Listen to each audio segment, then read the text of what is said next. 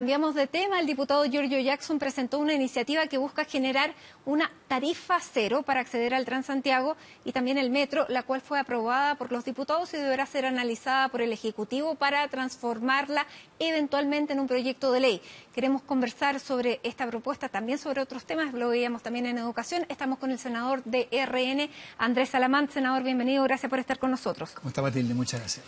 Bueno, partamos conversando sobre esta tarifa cero que ha propuesto el diputado Giorgio Jackson, que básicamente consiste en que sea descontado la planilla del sueldo de los trabajadores para que finalmente no recargue la tarjeta VIP, la financie con una parte de su sueldo, otra parte la financie el Estado y otra parte el empleador. ¿Qué le parece a usted? Se ríe. Me río porque pocas veces he visto un festival de demagogia y de populismo y de engaño deliberado a las personas con esta llamada propuesta. Y la verdad, Matilde, a mí me sorprende de que la Cámara de Diputados haya siquiera acogido esta iniciativa que no tiene ningún destino. La verdad de las cosas es que aquí no hay ninguna gratuidad. Aquí lo que se está diciendo es que el Transantiago, que ya sabemos que es una de las políticas públicas más ruinosas del último tiempo, supuestamente va a costarle a la gente cero. Pero eso no es lo que dice el proyecto, ni es lo que dice la idea. Lo que dice la idea es que para financiar este Transantiago cero, a cada uno de los trabajadores de la región metropolitana, usen o no usen el metro o el Transantiago, se le va a descontar, el primer cálculo que hicieron, son 15.000 pesos mensuales de su sueldo por planilla, a todos, a los que lo usen y a los que no lo usen. Y como tampoco esa cantidad de plata alcanza, entonces lo que hay que hacer es subir los impuestos. Entonces la verdad es que generar una expectativa, decirle a la gente que es posible que el Transantiago sea gratis y al mismo tiempo decirle o no decirle que van a sacarle la plata del bolsillo a las personas, a mí me parece una irresponsabilidad enorme. Ahora, ¿podría ser perfectible este proyecto en el sentido de transparentar que finalmente no se va a pagar al momento de subir, pero que lo van a pagar a través de su planilla de sueldo las personas que sí lo usen? En el sentido de que también se puede, con esto, y lo dice el mismo proyecto y los diputados que lo aprobaron, permite controlar y regular la evasión. Pero imagínense lo ridículo que es eso.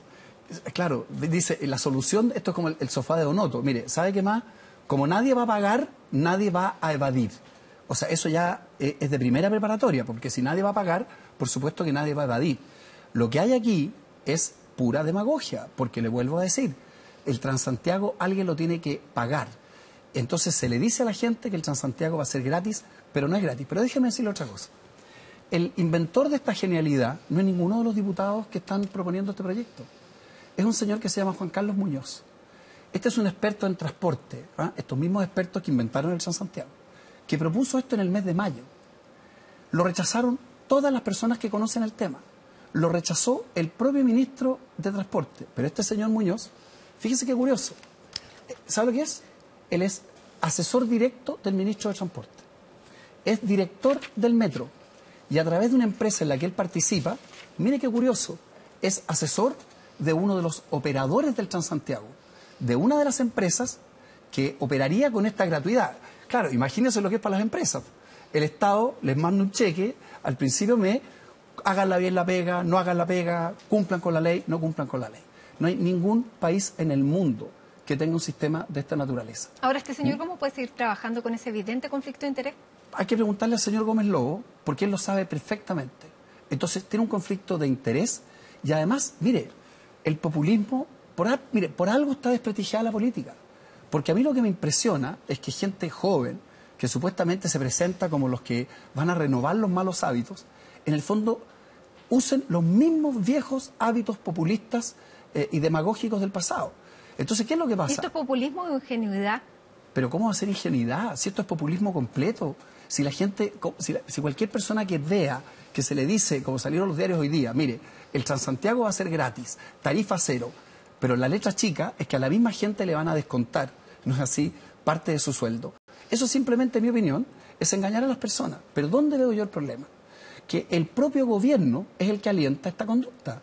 Porque si las personas, o la persona que inventó esta genialidad, es asesor del ministro de Transporte, lo tiene el gobierno sentado en el directorio del metro, y además tiene este tremendo conflicto de interés, entonces, ¿cómo nos extrañamos de que en definitiva tengamos estas propuestas. ¿Y a qué atribuye usted entonces el apoyo que tuvo en la Cámara de Diputados? Yo francamente creo que la mayoría de los... Mire, yo tengo muchos amigos en la Cámara de Diputados y algunos se van a enojar con lo que yo les voy a decir. Yo estoy seguro que muchos de ellos ni siquiera leyeron el proyecto. Porque si lo hubieran leído, estoy absolutamente convencido que no habrían apoyado una propuesta inviable, demagógica, que no tiene ninguna viabilidad. Pero claro, ¿pero qué es lo que hace? Genera... Mire, hay mucha gente para la cual el Transantiago es una pesadilla desde el punto de vista de lo que vale, de lo que pagan y de las 2 o 3 horas que muchas veces tienen que estar arriba de ese sistema. Hay una nueva licitación para el Transantiago. ¿Qué le parece la nueva licitación? Bueno, tenemos que conocer las bases. Estas se van a abrir la licitación en mayo. Lo que pasa, Matilde, es que este es otro problema. Hay una proposición de bases que no resuelve ninguno de los problemas del Transantiago y hay un periodo en que está, como quien dice, para que se le hagan propuestas. Le voy a decir una sola cosa. Esa licitación, las bases de esa licitación están pensadas para que únicamente puedan seguir siendo operadores del Transantiago las mismas empresas que son hoy día. Y le voy a dar un solo ejemplo. Esas bases de licitación supuestamente dicen que la adjudicación va a ser en febrero del 2018, pero los contratos actuales vencen en octubre. Entonces, si una empresa nueva se gana la licitación, tiene 6 meses para comprar una flota de buses que va a ser del orden de 400 buses. Entonces, esa es una licitación que no resuelve ninguno de los problemas del Transantiago y que está hecha a la medida para que los únicos que puedan, en definitiva, seguir operando este pésimo sistema sean los que operan hoy día. Senador, cambiemos de tema porque acabamos de ver a la ministra de Educación anunciando que el proyecto de reforma a la educación superior podría dividirse para alcanzar a aprobarlo y que podría dejar la subsecretaría, la superintendencia, que sea ese el primero, para poder ir con el resto. ¿Qué le parece esta idea? ¿Vamos a tener una reforma a la educación superior? Mire, está en la bolsa de gatos que hay al interior del gobierno, como decía el propio diputado Robles, que es el presidente de la Comisión de Educación de la Cámara. Mire, usted pilla a 2 parlamentarios de la nueva mayoría y les pregunta por el proyecto y uno opina A y el otro opina B. Entonces uno va donde los rectores. Los rectores están completamente divididos. Unos opinan una cosa, unos opinan lo contrario. Entonces, la reforma de la educación superior supuestamente iba a ser una de las gestiones emblemáticas de este gobierno. Han pasado 3 años y el proyecto ni siquiera puede empezar a caminar, porque es tanta la incapacidad de generar un proyecto viable que estamos en esto. Entonces, ¿qué va a pasar? Mire, cuando la ministra dice dividir el proyecto, en el fondo, ¿sabe lo que es? Es no tramitarlo en nada que sea verdaderamente sustantivo. ¿Por qué?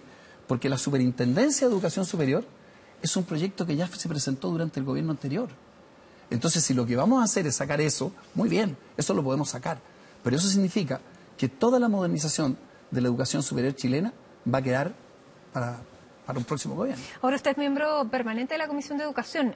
¿Usted no ve ninguna posibilidad de que se pueda llegar a una aprobación definitiva de esta ley? ¿Esto es por culpa de la oposición, del gobierno? ¿A quién le atribuye la responsabilidad? Matilde, déjeme decir una cosa. Nosotros en la oposición, y se lo hemos planteado, yo personalmente hoy día, que tuvimos una reunión con la ministra para tratar el tema de intentar salvar los liceos emblemáticos, la oposición está perfectamente preparada para contribuir a tener una ley de educación superior que la modernice, que genere condiciones que son importantes para el desarrollo del país. ¿Sabe cuál es la respuesta? Que nos dicen esto y antes los anteriores ministros. Mira, la verdad es que no tenemos acuerdo interno. La verdad es que el gobierno no tiene acuerdo interno para poder empujar una reforma. Entonces, esto es lo más absurdo que hay, porque si un gobierno presenta un proyecto, lo lógico es que tenga por lo menos los votos para empujarlo. Entonces, aquí no hay con quién hablar, no hay con quién negociar, no hay con quién hacerle un aporte, porque la bolsa de gatos que reconoce la propia ministra es tan grande que realmente desde la oposición no tenemos cómo ayudar a desempantanar este enredo. Vamos a la situación por la que está atravesando el candidato presidencial, que no se dice candidato todavía, pero que tiene todas las características de un candidato, aparece en la encuesta marcando como candidato. Él todavía no toma la decisión, dice que la va a tomar en marzo. Y ayer el superintendente de Valores y Seguros cuestionó, más bien planteó de que este fideicomiso de Bancard que tenía el presidente era tuerto. No lo dijo así, pero lo dio a entender, porque el intermediario que estaba a cargo como mandatario de la cartera de inversiones dice, puede tomar decisiones de inversión bajo esa figura, tiene que reportarle al mandante, es decir, al presidente entonces Piñera, y el mandante tiene derecho a saber en detalle cuáles han sido todas las operaciones que se han realizado. Eso explicó Carlos Pavés ayer en la comisión que está estudiando el tema de Bancard por Exalmar. Sin embargo, hoy día Bancard emitió un comunicado desmintiéndolo. ¿Quién dice la verdad? Mire, la verdad es que yo no quiero ir al fondo del problema. Este fue el fideicomiso que hizo Piñera antes de ser candidato a la vez anterior, cuando no había ni siquiera ninguna ley. Por lo tanto, fue un fideicomiso voluntario. Y efectivamente hay una controversia, porque cuando supuestamente tenía que informarse o no tenía que informarse. La verdad que yo creo que ese asunto es harina de otro costal. Esto ya pasó hace 5 años o lo que sea. Lo que es importante es lo siguiente. Hoy tenemos una ley donde existe la obligación de hacer ese fideicomiso. Y yo no solamente creo que ese fideicomiso tenga que ser, Matilde, para las inversiones de Piñera o de cualquier otro candidato en Chile, sino que también en el extranjero. Entonces, ¿cuál es el punto que realmente importa? Esta discusión de que si era ciego, no era ciego, que era voluntario, no era voluntario, no viene al caso. Pero viene el caso en un sentido de saber la honestidad de lo que se está diciendo, porque no es una materia de que sea ilegal o no ilegal, sino que si se dijo o no la verdad de lo que está ocurriendo. A mí lo que me huele es que está equivocado el superintendente, pero tendría que mirar exactamente, no es así, qué fue exactamente la declaración. ¿Y usted pondría las manos al fuego porque Sebastián Piñera no sabía? Mire, la impresión que yo tengo de esto, por lo menos el conocimiento que yo tengo, es que efectivamente Piñera hizo ese fideicomiso y lo cumplió de buena fe. Pero yo no soy un investigador privado como para saber si se hizo o no se hizo. Lo que sí le quiero decir es lo siguiente, que se despeje esta discusión. Unos dirán que se cumplió, otros dirán que no se cumplió, otros para decir que era voluntario. Está bien. Lo que me importa a mí hacia adelante es que tengamos un fideicomiso de todas las inversiones en Chile y en el extranjero, que la propia superintendencia tenga todas las capacidades de fiscalizar, porque eso yo creo que es esencial por un problema de transparencia hacia el futuro. En Estados Unidos asume Donald Trump sin este fideicomiso ciego y con muchos otros conflictos. Y hay todo un lío enorme también ahí. Hay todo un lío enorme, pero hay un lío. Y ahí, digamos, cambió la manera de hacer política en Estados Unidos, cambió la manera de hacer campaña. Eso lo hemos conversado ya otras veces, pero ahora se ve mucho más evidente. Eso, ¿cómo se puede traspasar a nuestra realidad chilena en este año de elecciones? Matilde, con los temas, con el tono de la discusión, con el tono de las propuestas del candidato, en un ambiente que es apolítico, entre comillas, y que se está replicando acá. ¿Usted ve pero separemos las cosas. Yo esperaría que la campaña que viene presidencial en Chile no tenga el grado de descalificaciones, lo agria, lo poco constructiva que fue la campaña presidencial norteamericana, que uno miraba los debates y era verdaderamente una pelea desatada. A mí me gustaría que ojalá la campaña que tuviéramos en Chile fuera por lo menos mucho más positiva y que ayudara a ver cómo salimos de los líos que tenemos. Segundo, creo que la legislación que tenemos hoy día es mucho mejor de la que teníamos antes. O sea, por ejemplo, hoy día, si Piñera quiere ser candidato, yo no tengo ninguna duda que va a ser candidato. Otra cosa es que no lo haya formalizado, pero que va a ser candidato de todas maneras. Entonces, por ejemplo, cualquiera que sea candidato va a tener que mostrar todo su patrimonio.